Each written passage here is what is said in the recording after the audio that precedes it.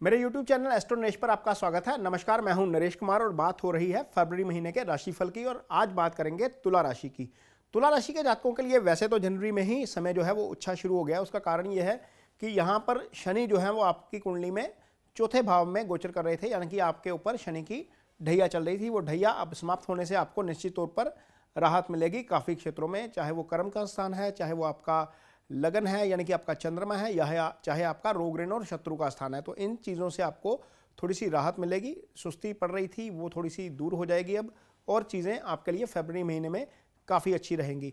राशिफल शुरू करने से पहले आइए जानते हैं कि आपकी कुंडली में ग्रहों की स्थिति फरवरी महीने में क्या है। पहली फरवरी को लगन में केतु गोचर कर रहे हैं। चंद्रमा के ऊपर से केतु का गोचर जो है वो आपको थोड़ा सा इरिटेट करता है। बुध तीसरे भाव में गोचर कर रहे हैं। बुध का गोचर तीसरे भाव में अच्छा होता है। सूर्य चौथे भाव में गोचर कर रहे हैं। सूर्य हालांकि चौथे भाव में अच्छा फल नहीं करते, लेकिन ये स्थान परिवर्तन करेंगे, पंचम में आएंगे, लेकिन पंचम में भी अच्छा फल नहीं करते।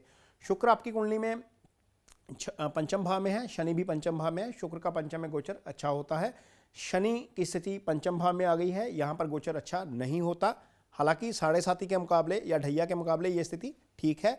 गुरु छठे भाव में है। गुरु का छठा गोचर अच्छा नहीं होता क्योंकि शुभ ग्रह है। राहु सप्तम में है। सप्तम में राहु का गोचर अच्छा नहीं होता, ये स्थिति आपके लिए अच्छी नहीं है। मंगल और चंद्रमा अष्टम में गोचर कर रहे हैं और दोनों का गोचर अच्छा नहीं होता अष्टम भाव में। लेकिन क्या ये पूरा महीना खराब चला जाएगा, इसकी विवेचना करेंगे। आपकी कुंडली में चंद्रमा की राशि है दशम भाव में यानी कि कर्म स्थान में, और चंद्रमा अपने से 11वें भाव में। अष्टम में आ गए हैं लेकिन अपने से भाव से 11वें भाव में है, तो एक तरीके से ये अच्छी स्थिति है। हालांकि ये राशि परिवर्तन करेंगे।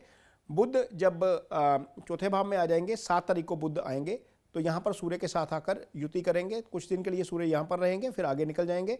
लेकिन आपका कर्म स्थान जो है वो एक मेलाफिक और एक बेनाफिक प्लैनेट की दृष्टि से एक्टिव हो जाएगा, तो उससे आपको काफ़ी फायदा होगा। यानी कि कर्म के लिहाज से स्थिति आपकी अच्छी है। और गुरु की दृष्टि वैसे भी कर्म स्थान के ऊपर पड़ रही है, तो आपकी जॉब को कोई खतरा नहीं है, नौकरी को कोई खतरा नहीं है। आपका मान सम्मान कार्यस्थल पर बहाल रहेगा और आय जो है वो आपकी रुकेगी नहीं, क्योंकि आय स्थान भी गुरु की दृष्टि में है। तो लिहाजा कर्म का ट्रायंगल जो होता है, जो 10वें भाव का ट्रायंगल है, वो गुरु के प्रभाव में है। इसलिए आपको कर्म और आपको पैसे को लेकर कोई दिक्कत नहीं आएगी। ये तुला राशि के जातकों के लिए बहुत बड़ी राहत है, क्योंकि शनि की दृष्टि वहाँ से हट चुकी है और आपको पैसा और मनी का फ्लो जो है वो लगातार बना रहेगा। अब बात करेंगे आपके रिलेशनशिप की। रिलेशनशिप भाव पंचम भाव से आता है। वहाँ पर वहाँ पर शुक्र जो है वो ट्रांजिट कर रहे हैं पहले 14 दिन। हालांकि शुक्र बाद में राशि बदलकर छठे में जाएंगे, छठे में भी शुक्र का गोचर अच्छा होता है। लेकिन अब यहाँ पर आपको जो फरवरी का महीना है वो काफ़ी अच्छी खबर दे सकता है।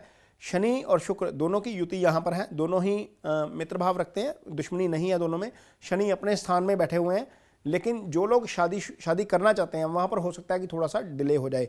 लेकिन यदि आप प्रपोजल की बात कर रहे हैं तो शुक्र इस मामले में आपकी मदद करेंगे। हो सकता है कि यदि आप सिंगल हैं और आप किसी को प्रपोज करना चाहते हैं तो वो आपका एक्सेप्टेंस हो सकता है।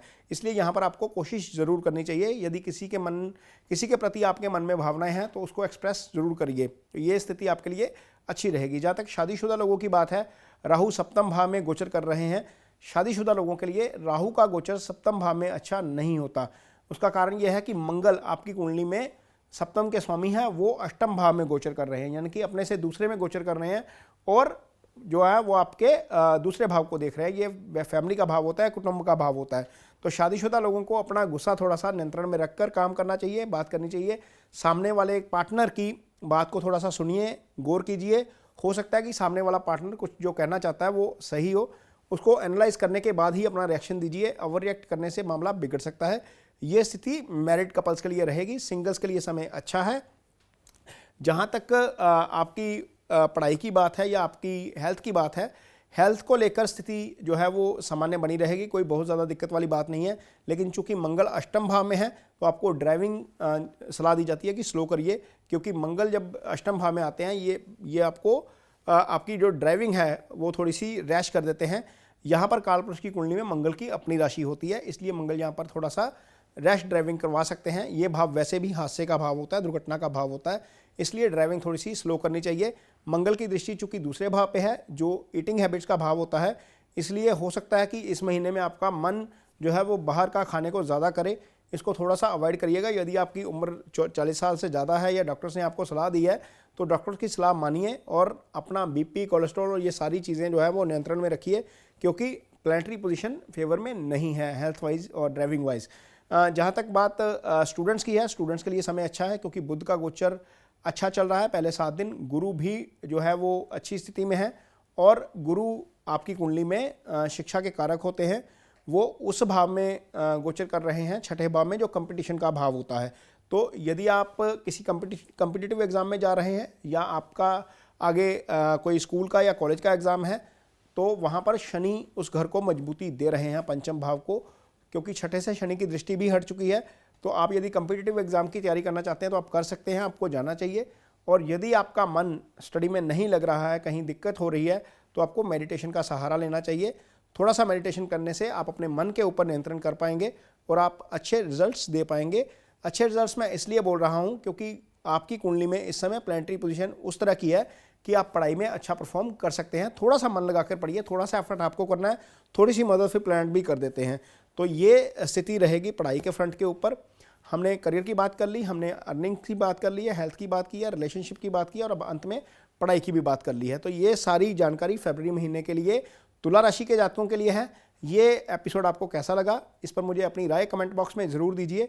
यदि आपको लगता है कि इसमें कोई इंप्रूवमेंट की गुंजाइश है तो वहाँ पर ज़रूर बताइए कमेंट बॉक्स में, हम यहाँ पर इसमें इंप्रूवमेंट की कोशिश करेंगे। इसके साथ ही मुझे दीजिए इजाज़त। नमस्कार।